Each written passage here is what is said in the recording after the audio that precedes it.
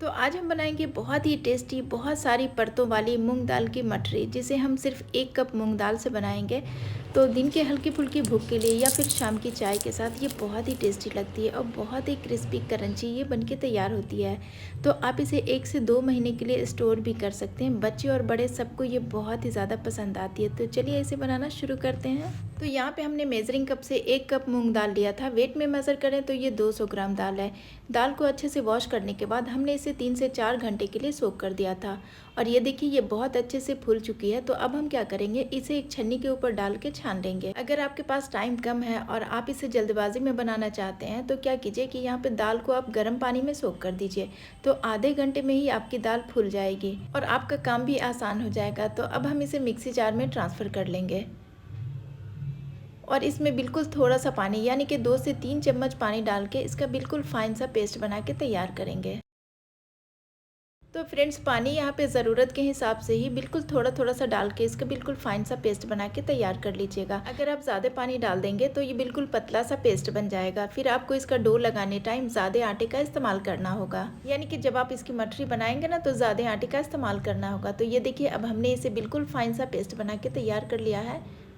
और ये देखिए इसी तरह का बिल्कुल फाइन सा पेस्ट आपको बना के तैयार कर लेना है। तो चलिए अब हम इसमें कुछ मसाला ऐड करेंगे। तो सबसे पहले हमने 1 टीस्पून नमक ऐड किया है, साथ ही में डालेंगे हाफ़ टी स्पून अजवाइन। अजवाइन डाइजेशन के लिए अच्छी होती है और इससे मटरी का जो टेस्ट है ना वो भी बहुत अच्छा आएगा। तो इसी के साथ हमने 1/4 टीस्पून हल्दी ऐड कर दिया है कलर के लिए और 2 बड़ा चम्मच हमने रिफाइंड ऑयल डाला है। इसकी जगह आप देसी घी का भी इस्तेमाल कर सकते हैं।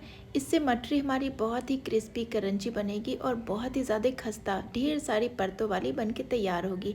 बहुत ही टेस्टी बनती है फ्रेंड्स।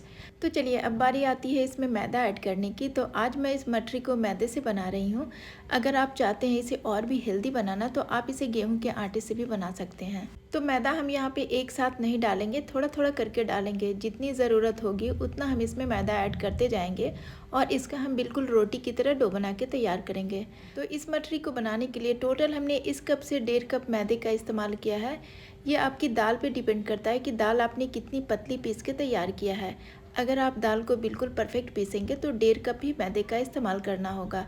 अगर आपकी दाल ज़्यादा पतली हो गई है तो थोड़ा मैदा इसमें और ऐड कर लीजिएगा, यानी कि आप यहाँ पे 1.5 कप मैदे की जगह 2 कप मैदे का भी इस्तेमाल कर सकते हैं। तो ये देखिए अब हमने इसे बहुत अच्छे से बिल्कुल परफेक्ट सा डो बना के तैयार कर लिया है। बहुत अच्छे से हमने मिक्स किया है, ना तो ये बहुत टाइट है और ना ही बहुत लूज़ है। रोटी की तरह हमने इसका डो बना के तैयार कर लिया। तो अब हम इसे ढक के थोड़ी देर रेस्ट के लिए रख देते हैं। अब यहाँ पे हमने 3 चम्मच देसी घी को मेल्ट करके ले लिया है। इसी के साथ हमने 3 चम्मच अरारोट डाल दिया है।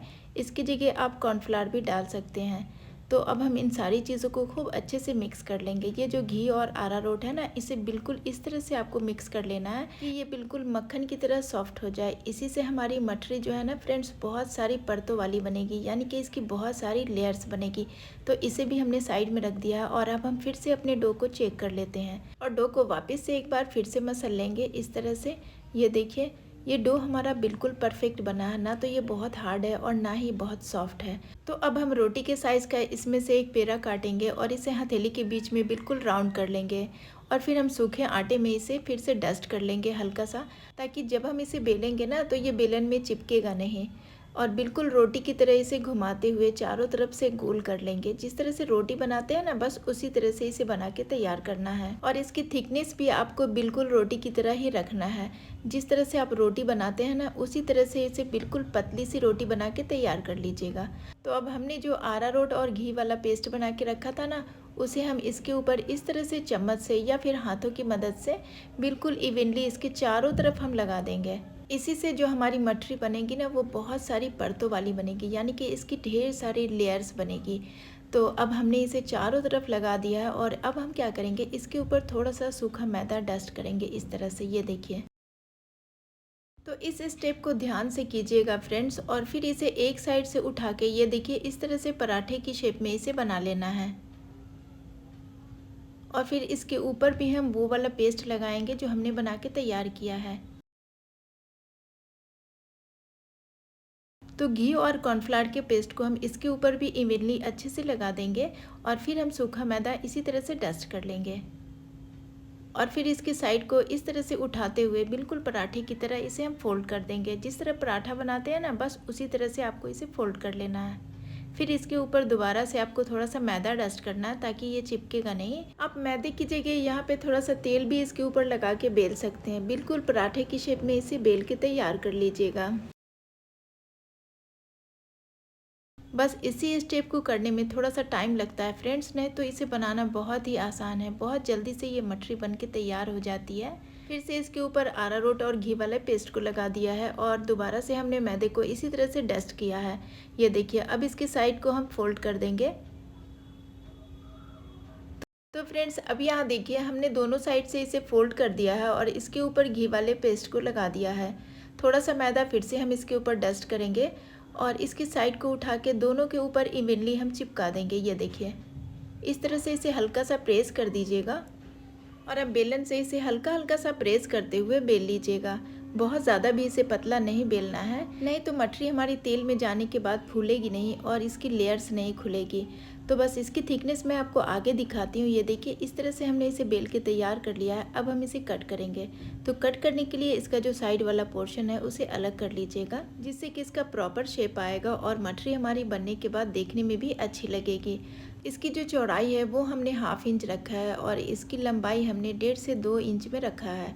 तो इसी तरह से हमने इसे कट कर लिया है। अब मैं इसकी थिकनेस आपको दिखाती हूँ। ये देखिए, ना तो ये बहुत मोटा है और ना ही बहुत पतला है। ये देखिए, इस तरह की आपको थिकनेस इसकी रखनी है। तो अब हम इसी तरह से सारी मठरी को बना के तैयार कर लेंगे। ये देखिए, तो चलिए अब हम इसे फ्राई कर लेते हैं। इसके लिए तेल को हमने यहाँ पे मीडियम और लो के बीच में गर्म किया है। हाई फ्लेम पे इसे फ्राई मत कीजिएगा और एक एक करके सारी मठरी को इसमें डाल दीजिएगा। एक साथ सारी मठरी को मत डालिएगा, नहीं तो ये आपस में चिपक जाती है। और थोड़ी थोड़ी करके इसमें मठरी डालिएगा और इसे फ्राई कर लीजिएगा। तो शुरुआत में आपको गैस का फ्लेम लो और मीडियम के बीच में ही रखना है, जिससे कि मठरी की सारी लेयर्स खुलेगी। ये देखिए, इसकी सारी लेयर्स जो है, यानी कि इसकी जितनी भी परत है वो अपने आप ही खुलती जा रही है और इनको फ्राई होने में भी ज़्यादा टाइम नहीं लगता है। बस 3 से 4 मिनट में ही इनके ऊपर बहुत ही बढ़िया सा गोल्डन कलर आ जाता है। तो आप देख सकते हैं ये कितनी बढ़िया गोल्डन क्रिस्पी दिख रही है आपको, और जितनी अच्छी ये आपको देखने में लग रही है उससे कहीं ज़्यादा ये टेस्टी बन के तैयार होती है। तो फ्रेंड्स चलिए, अब ये फ्राई हो गई है। अब हम इसे एक छन्नी के ऊपर निकाल लेते हैं, जिससे कि इसका एक्स्ट्रा ऑयल जो भी है वो निकल जाएगा। तो अब इसी तरह से दूसरे बैच की मटरी को भी फ्राई कर लेंगे। तो चलिए अब हम इसे प्लेट के ऊपर निकाल लेते हैं। आपको देखने से ही लग रही होगी कि ये कितनी टेस्टी और क्रिस्पी क्रंची बन के तैयार हुई है। दिन की हल्की फुल्की भूख के लिए या फिर शाम की चाय के साथ ये बहुत ही ज़्यादा टेस्टी लगती है, बहुत ही क्रिस्पी बन के तैयार होती है। तो पता है फ्रेंड्स, आप इस मटरी को 1 से 2 महीने के लिए एयर टाइट बॉक्स में डाल के स्टोर भी कर सकते हैं। ये बहुत ही क्रिस्पी क्रंची बन के तैयार होती है। तो वीडियो पसंद आया तो लाइक कर दीजिएगा, फ्रेंड्स और फैमिली में शेयर कीजिएगा और हाँ, चैनल को सब्सक्राइब करना प्लीज़ मत भूलिएगा।